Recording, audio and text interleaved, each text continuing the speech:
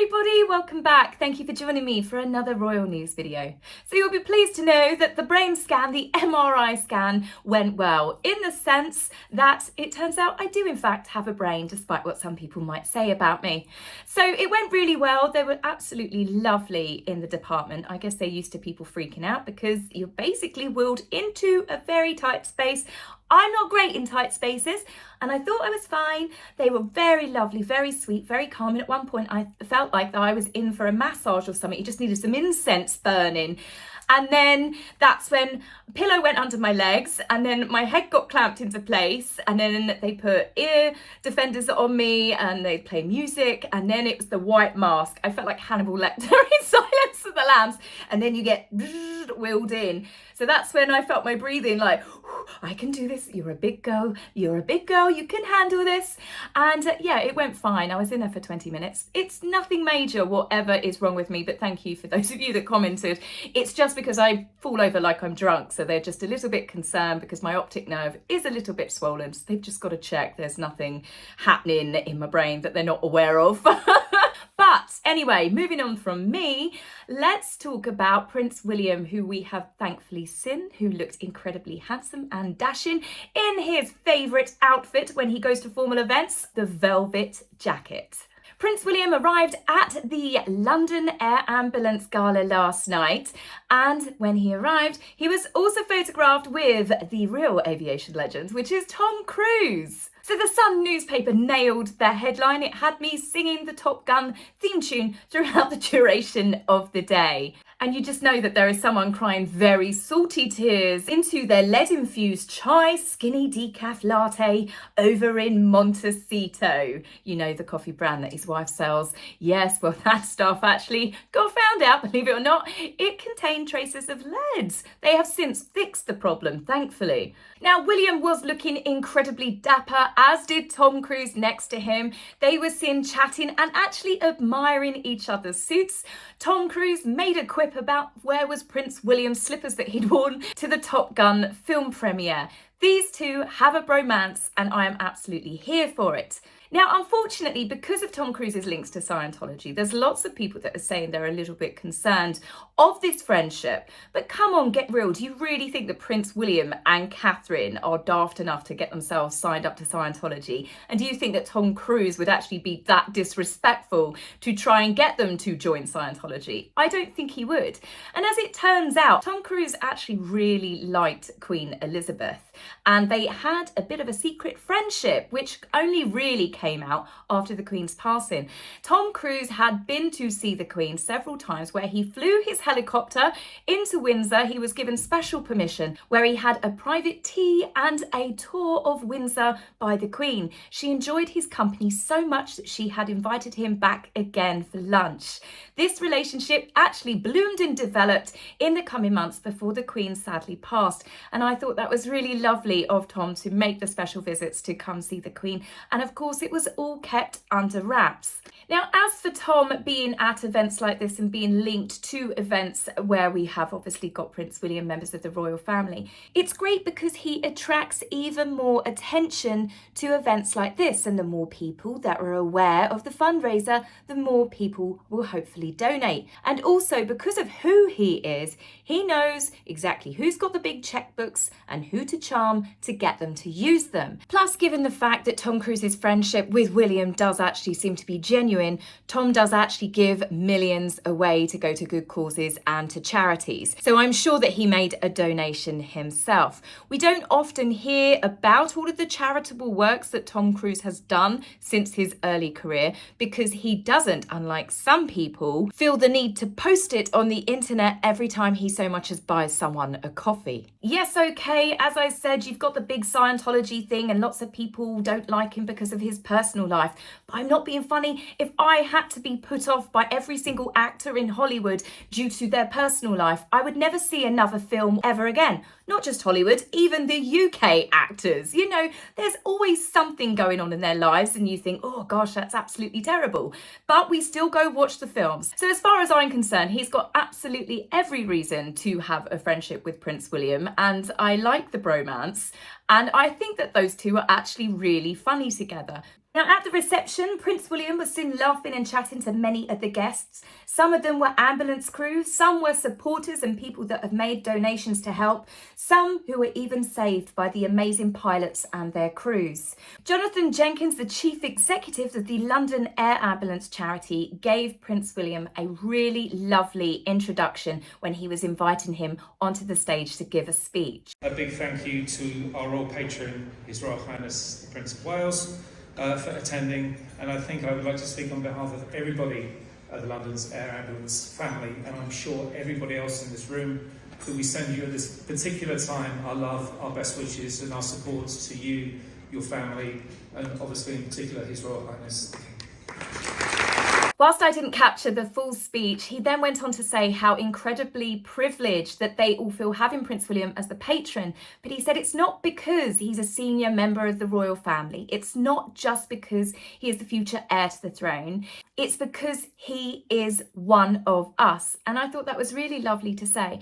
Obviously, as most of you know, Prince William is a qualified air ambulance pilot. He worked for a couple of years with the East Anglian Air Ambulance Emergency Services. And during his time, his team were called out, I think it was 320 odd missions to save people, and they managed to save 298 people. He has also championed and advocated for people to have mental health support, anyone that works in any sort of job where you're saving lives. Obviously, you can't save everybody, so Prince William understands because he experienced it himself, and it's not always possible. Prince William then came to the stage and he thanked everybody, and I've got another clip. I'd like to take this opportunity to say thank you also for the kind messages of support for Catherine and for my father, especially in recent days. It means a great deal to us all. It's fair to say the past few weeks have had a rather medical focus, so I thought I'd come to an air ambulance function to get away from it all. Prince William also had some family members in attendance supporting the gala in the form of Earl Snowdon, who is Princess Margaret's son, and then also the beautiful cousins and sisters from Diana's side, Lady Eliza and Lady Amelia Spencer, who are Charles Spencer's daughters. They are Diana's nieces. I am in no doubt with the support of people like Prince William and Tom Cruise that the London Air Ambulance will be able to raise the much needed funds to continue the amazing work that they do. So from top son, let's move on to the wayward son, because more information has come out about Harry's incredibly brief visit to see the King. First of all, it's now been reported Harry was there for a maximum of 12 minutes. I don't know, I wasn't there, but given the timelines of his car entering and the King's leaving, I think that might actually be true. Now, more importantly, what has come out, however, is Harry was not invited. Harry was not really expected. Harry just launched it on his father. And Robert Jobson turned around and said, "Put bluntly, the King was unhappy. Charles needed peace and quiet and had planned to fly off for the tranquility of Norfolk much earlier on in the day, but thanks to Harry's intervention, they were kicking their heels whilst they waited for Harry to arrive." Now, lots of people why has he got this police escort? I thought Harry had to give 28 days notice before he came to the UK. I'll tell you why, because Charles and Camilla were waiting to go off to Norfolk together. Harry announced, "I'm coming, ready or not." So the King was like, "Do you know what? Just go there, go get him, let's get it over and done with as quick as possible." That's why Harry got the police escort as quickly as he did, and the King and the Queen left not long after Harry's arrival. Now, obviously, reasons why a Zoom call and a phone call wouldn't have worked for Harry. He wouldn't have had the fanfare, all of the photographs of him arriving at Lax, Harry's sad face as he arrives to see his father, Harry's devastated face as he now is being driven back to Buckingham Palace. Harry soon forgot the sad face, however, when he was photographed at the Windsor suite at the airport. He was back to being, "Yay, I got my photographs, I got the media attention I wanted, see you later." But another reason why a Zoom call would never have sufficed is because if you were the King, the household, the Queen, anyone, the staff, would you trust Harry to have a Zoom call, not record it? Who would be listening in on it? It's the very same reasons why the Queen did not allow Meghan to join Sandringham Summit by Zoom calls, because she couldn't trust Harry or Meghan. So yes, Harry selfishly decided that he was going to come to see his father for his own reasons. The king was waiting to just go have some rest and relaxation, and Harry was like, no, I'm coming, you better wait for me. Obviously, if the king and queen had left before Harry's arrival, can you imagine the storylines? So they were kind of stuck between a rock and a hard place. The fact is, they did send a police escort. It stops Harry being able to have a narrative, doesn't it? And I think killing them with kindness almost was the way that it was dealt with. But I still can't help but think that Harry's mercy dash was done when the media went to the press. When Buckingham Palace released the statement about the king, I don't believe with my gut that Harry had known days and weeks before, because he can't be trusted not to leak it. He could not have given that information to Meghan and it not appear in a People magazine exclusive. Now, speaking of the smiling assassin, like clockwork, we knew, come on, she was going to make an appearance. Not only was the king and Catherine getting media coverage, and it hasn't been positive, it's been very sad, but it's still coverage nonetheless. And Harry, this is always the trigger for Meghan, Harry was getting a lot of coverage during his visit. And Meghan always manages to time a pap stroll when Harry is miraculously either out of the country or on his way back. And it was released by the photo agency BACKGRID. Meghan, however, this time decided to up her game. She was not photographed in a car park. She's quite clearly heard the name Duchess car park, has trended a couple of times. So she was photographed this time in the car.